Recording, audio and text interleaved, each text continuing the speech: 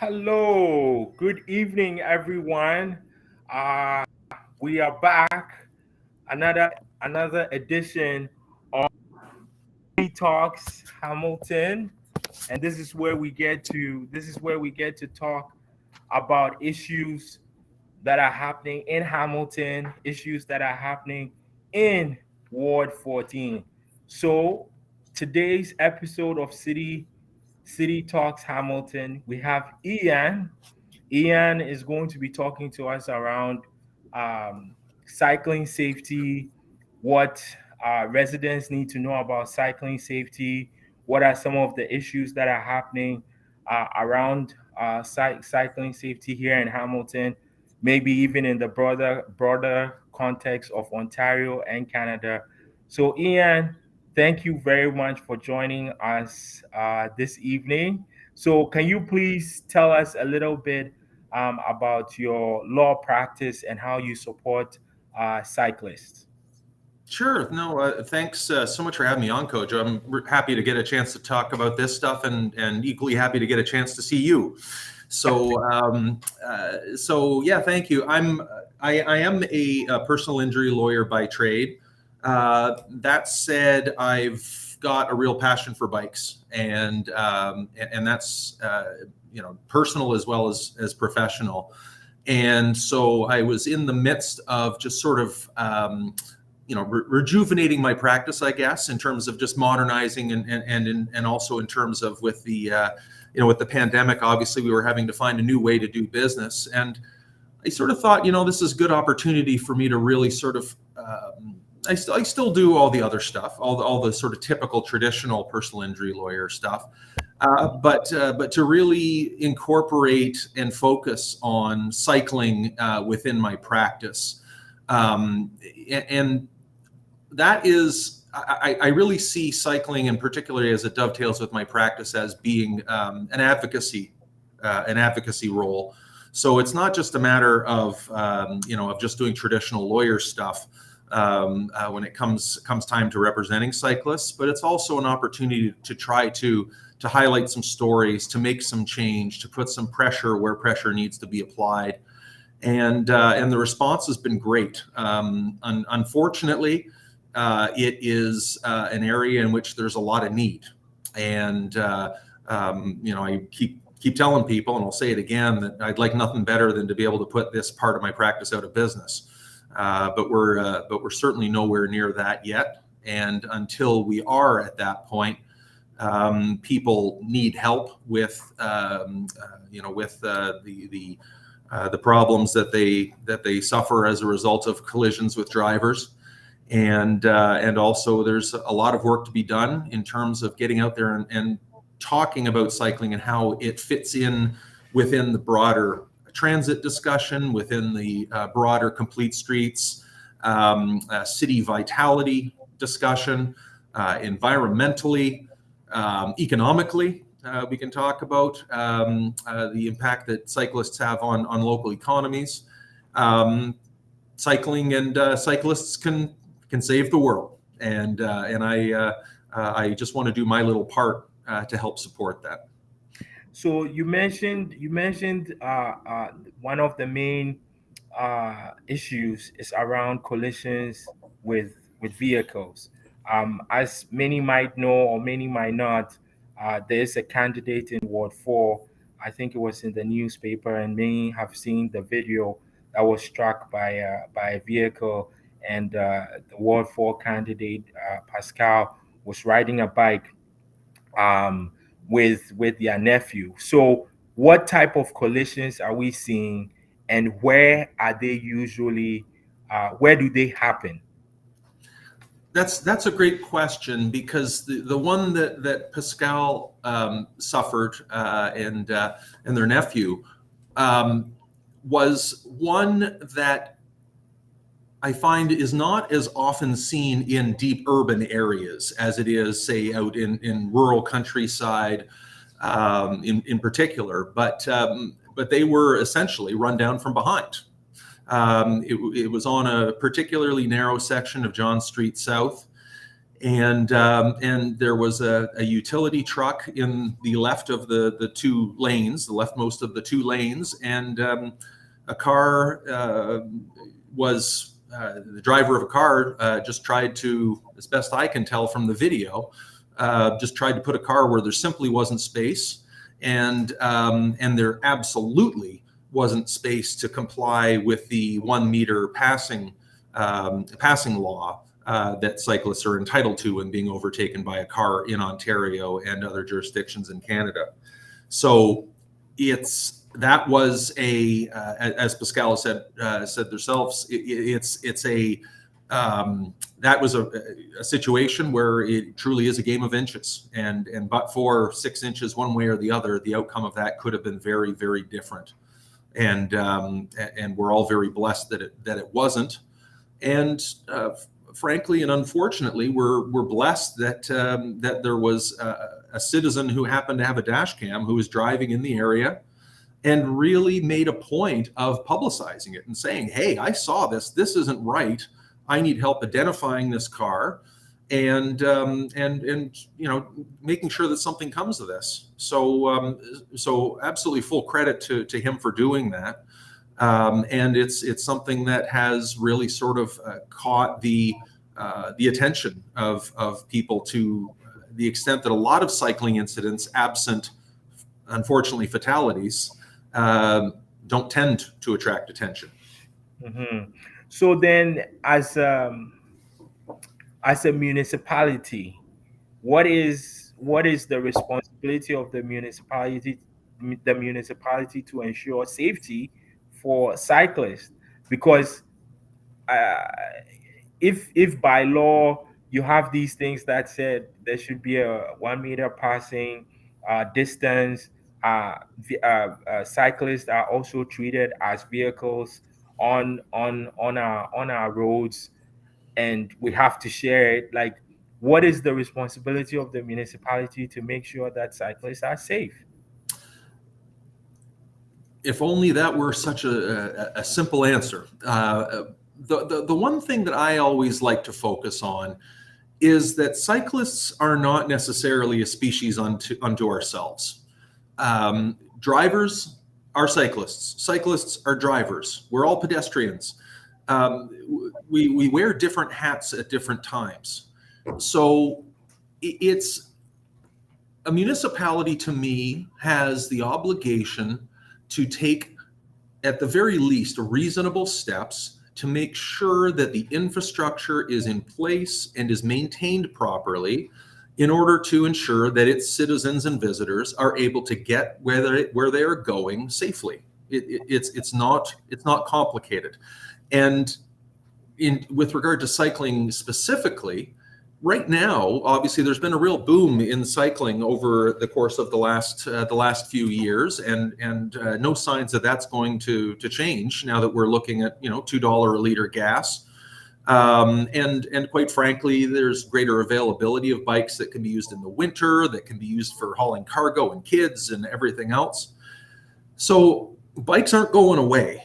And as a result, it's I think really, really important that we encourage people. We have all know people, and we've heard far too many stories of people who just say, "I'm just too scared to do it."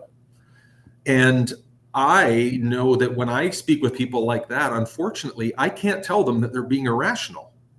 They're being nothing but rational.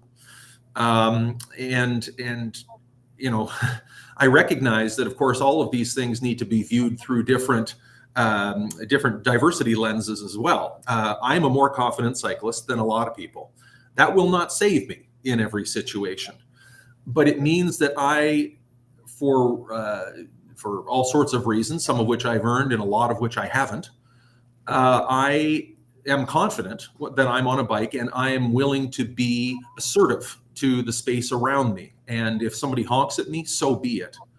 That's not necessarily true of others and of a lot of different people. And so it's not just a matter of making the city safe for cyclists. It's also a matter of making the city safe for all cyclists. And that is, people will say, well, I'm not a cyclist like you. I don't go out and ride 100 kilometers on a Saturday or whatever. If you ride a bike, if you have ridden a bike, if you would like to ride a bike, you're a cyclist, no matter what. And especially, of course, in our city, we have to recognize that there are people who are cyclists, not so much by choice, but because that's the only alternative that they have.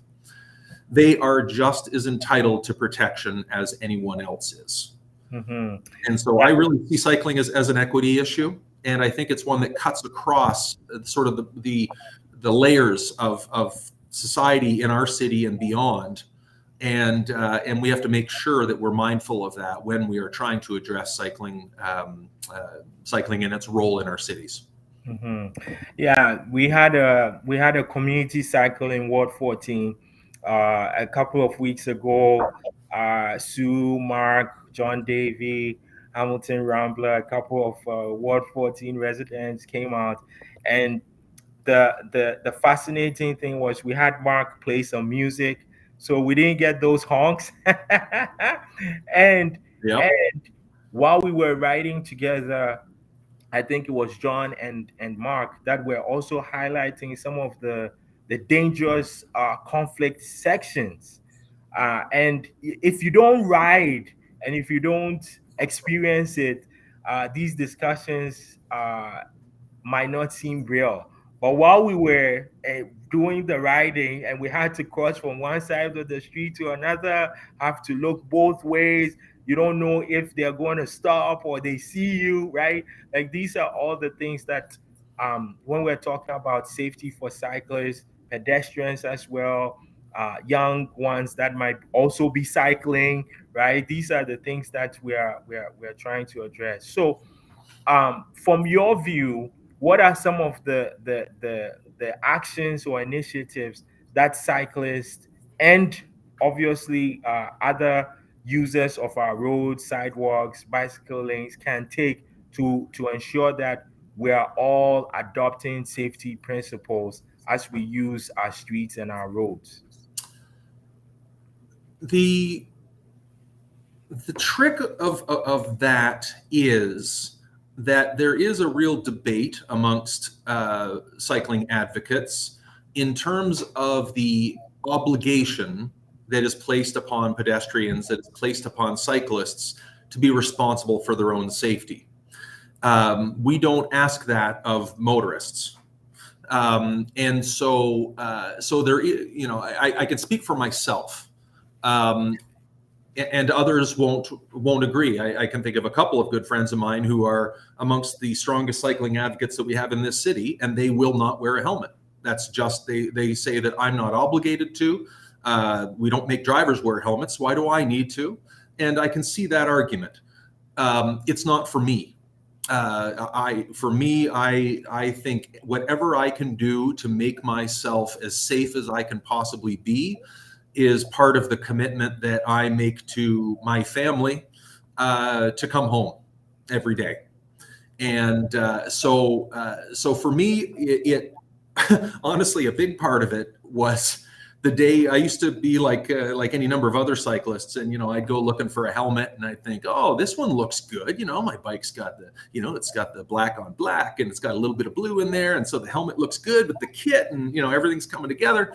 And then all of a sudden, I just had this thought, and I was like, why am I doing this? So I've just taken now to, when I'm buying helmets, I buy a particular brand that has perhaps the most garish orange color that you can find.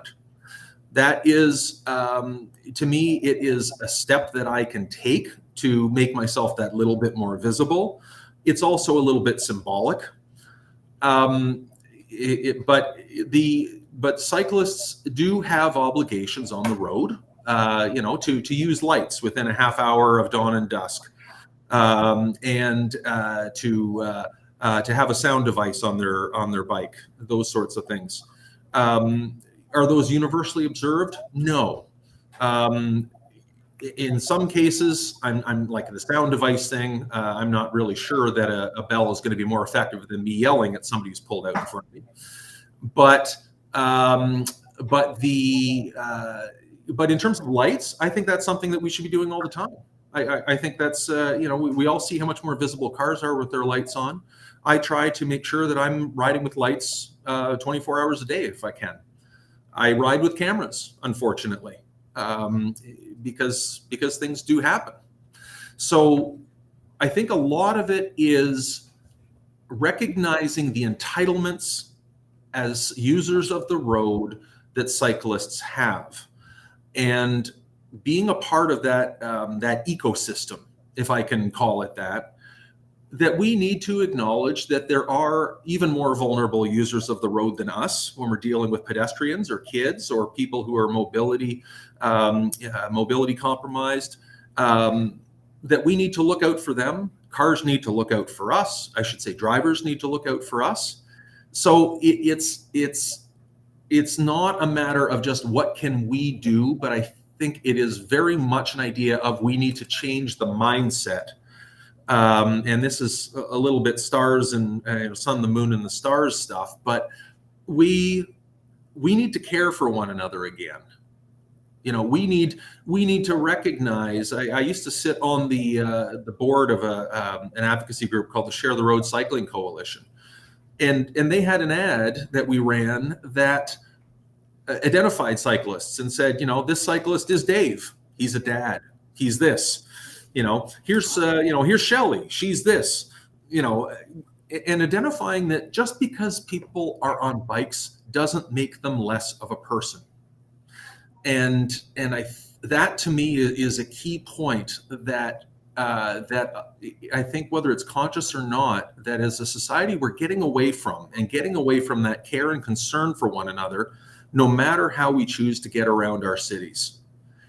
And by making things safer for pedestrians, by making things safer for cyclists, they're safer for everybody.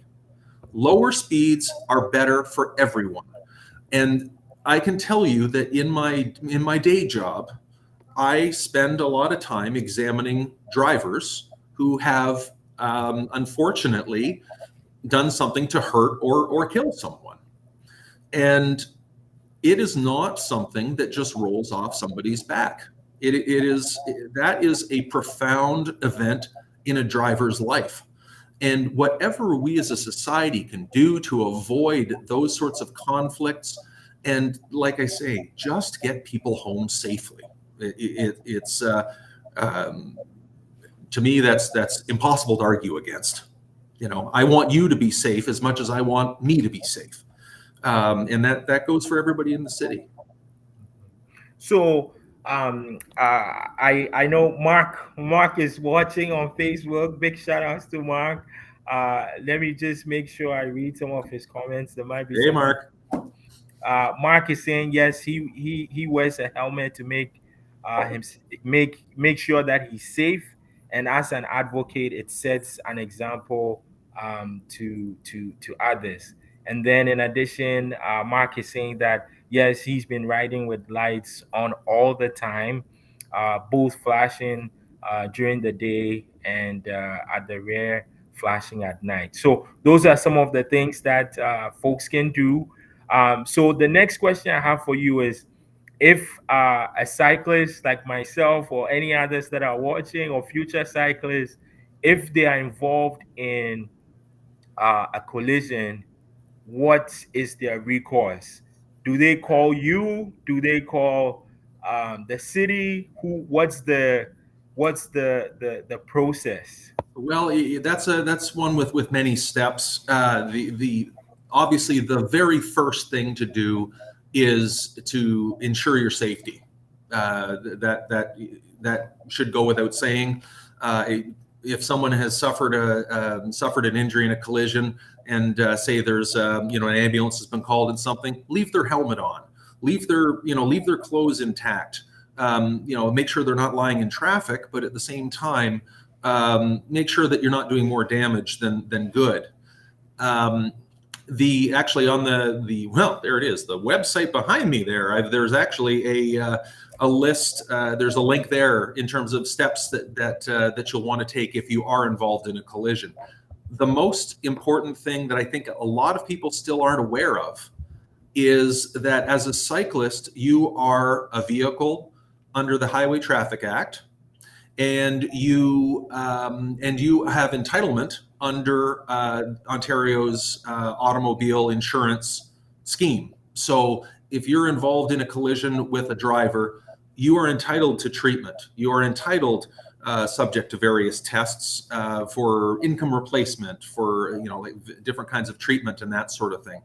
So, I find a lot of times I speak with people not long after they've been involved in a collision, and I always tell them that their job is to get as well as they can, and as long as they do that, I would love to have that conversation with them, a little bit down the line, and say, you've made a good recovery. There's nothing more for me to do.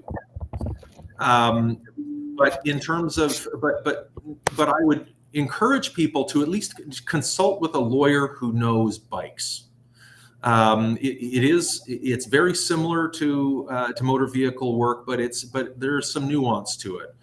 And at least speak to somebody. Anybody who's worth their salt is going to give you an hour of their time at no cost to explain what rights you have available to you. I'm happy to spend that hour, and if it turns out that someone doesn't need my help, so much the better.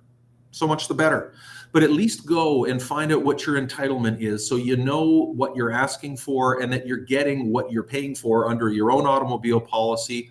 And this also all applies if you don't have a car in your household either. So I would encourage people just to speak with somebody who knows what they're talking about, and then go from there. And God willing, you'll make a strong recovery, and nothing will need to be done with it. Mm-hmm. The other thing that I'll say very quickly, mindful of the time, is that I really encourage people. I was involved in a collision years ago in a formal event while I was traveling, and I did everything wrong. All the advice that I give people, oh, here's what you do after a collision. I did none of it, because you're in shock, and I'm looking at this poor person who made a mistake, could have really, really seriously injured me or killed me, frankly, in the dynamic of the collision. But my default was thinking, oh my gosh, she must be so scared. I don't want to make this worse for her. So as hard as it might be, report it. Report the collision to the police. If there's any chance that you're going to need any sort of treatment or anything like that, get the insurance information of the driver and make sure the claim is reported, not only to protect yourself, but also to help build data so that we know where are these places that are particularly high conflict, so that facilities and infrastructure can be improved, hopefully before a tragedy unfolds. Mm-hmm. I mean, anytime anyone is in some form of accident, shock always is the immediate response. We have about 6 minutes or so. Maybe we'll squeeze it into 7, because I have 2 questions. One is, and this happens in Hamilton a lot. So this is why I'm asking you this question. In Hamilton, there are numerous roads, Ward 14, Ancaster, downtown, you name it, everywhere across the city, where there are bike lanes. People use them, and then all of a sudden it disappears. So now the question becomes, do I keep staying on the road, or do I make my way to the sidewalk? And you can have at it. This is a question that comes up frequently, and frankly, Pascal's incident, given where that occurred, isn't far. I was working on a file today doing examinations for an incident that occurred at John Street and King, which is one that has come up right by the courthouse and the old Royal Connaught. And that is an intersection where there's been a lot of discussion on social media about it lately, saying, I don't do it as much as I used to, but whenever I drive that intersection, like I'm a friggin' lawyer, and I look at it and I'm not totally sure what I'm supposed to do. Where do I stop here? Do I stop up there? Am I going to block this? I think I make a different decision every time. And so the issue that you've highlighted is a really important one, because having bike lanes that just end.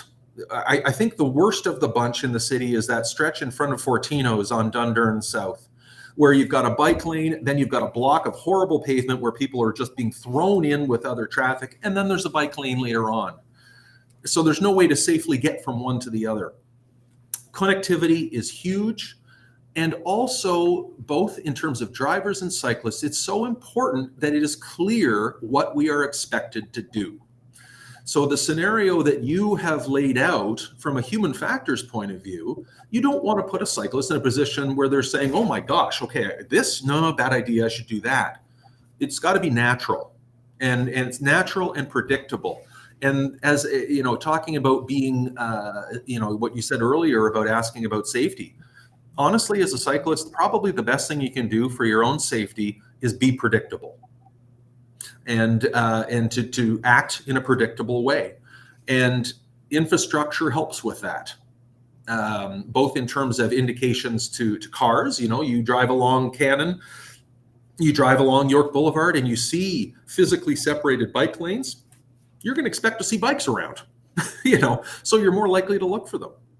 So yes, I think that's absolutely key, from both an indication to show what drivers should expect, and also to take that decision making out of cyclists and pedestrians' hands, make the route clear.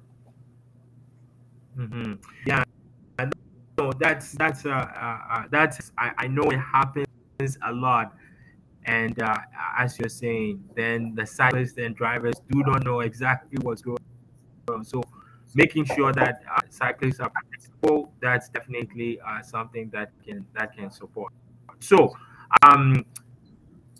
let's end on a more hopeful note. And this is a question, you can take it wherever you want. How in maybe the next 2, 5, or a decade, what's your hope for cycling infrastructure and cycling safety for Hamilton? My hope for Hamilton and across Ontario is that cycling is recognized as a viable, important branch of the transit, the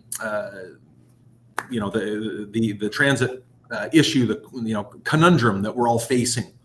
How are we going to most effectively get around our little part of the world that is increasingly busy, increasingly dense in terms of population? And so the bike share in Hamilton was a key first step, and that was done through the city transportation office doing a quick hit with Metrolinx to get funding, with the idea that bike share would then feed LRT, would then feed GO, all of those sorts of things. So I think probably the biggest thing, the two biggest things that would go sort of hand in glove, I'd say, is seeing cycling maturing as a viable choice across all sectors of society for ways to get around, and so that obviously is increasing numbers, and through that it is seeing an improvement in the perception of cyclists as humans and as people that need to be cared for, that are just trying to get home, like I said earlier, to their families. We just want to go to work, do our job, and go home at the end of the day just like anyone else. And the way that we choose to do that shouldn't be held against us. And that comes with time. And I'm hopeful about that. But at the same time, we need to remember that every day that is delayed is another opportunity for a tragedy. And so this is something that is truly urgent, and I'm very hopeful, seeing the momentum amongst candidates like yourself coming up for October 24th. It seems that there's a real appetite not only for change, but also a real appetite for looking at better ways to be a city. And that includes better ways to get around. We see what's happening with Main and King, and we're finally looking at turning those traffic sewers into something that that we deserve, quite frankly. Something that's safe. And I think that appetite has been held back for a long time, and I think its time has come. And so, if you're looking for hope, my hope is that I'm going to wake up on October 25th and look at a council that is representative of our city, that represents all different strata of our city, and one that is ready to be progressive and to move forward on the climate brief, and also in terms of cycling and public transit. Well, that's a hopeful hopeful answer. What I can say is, the discussion on active transportation is something that was approved in the 2018 City of Hamilton Transportation Plan, and in there's a paragraph that talks about reducing single occupancy vehicle, increasing bike usage, increasing walking, other modes of transportation. So definitely the trends are there. The study has been done. As you're saying, it's time to make it happen, to invest in it, to make sure we are fostering different modes of transportation. And I think the word is maturing our bicycle infrastructure. So that's one thing that I'm definitely committed to, and hopefully we can get to that spot. Everybody that uses our neighborhood streets, roads, what have you, safe. Pedestrians, cyclists, drivers, whatever user you might be, it's your right to be safe, and we have to be a city that we prioritizes safety. So, Ian, thank you very much for spending your 3 minutes with us. If I could just say one thing, I just want to say thank you. Yes, sure. What you're doing is you're really advancing this issue in a ward that has not been served well in terms, particularly of active transportation, and things are changing, and I'm just so encouraged to see folks like you step up and recognize that, like I say, that appetite is there under the surface, and people are just not they're not being heard. And going and making it clear that this is a priority for you is important service to your potential constituents. But I also thank you from a broader city building point of view that this is getting these sorts of issues much more prominently discussed, and so I'm grateful to you and all of your colleagues for that. Thank you, Ian. So there you have it. City Talks, the 26th edition. We had Ian talking to us about cycling safety. We are back again next week. We don't have. I'll let you know who are next guests. But please stay tuned. We'll be talking about 3117. Whether it's a good. Well, I shouldn't say whether it's a good. Whether it should be a or not. So stay tuned.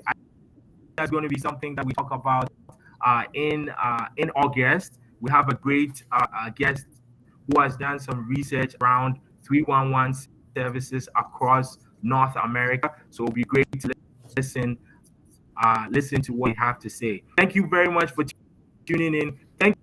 I see you. Hopefully I get to see you. So thank you, everyone, and see you next Talks, 5:30 to 6 p.m. Bye-bye, everyone.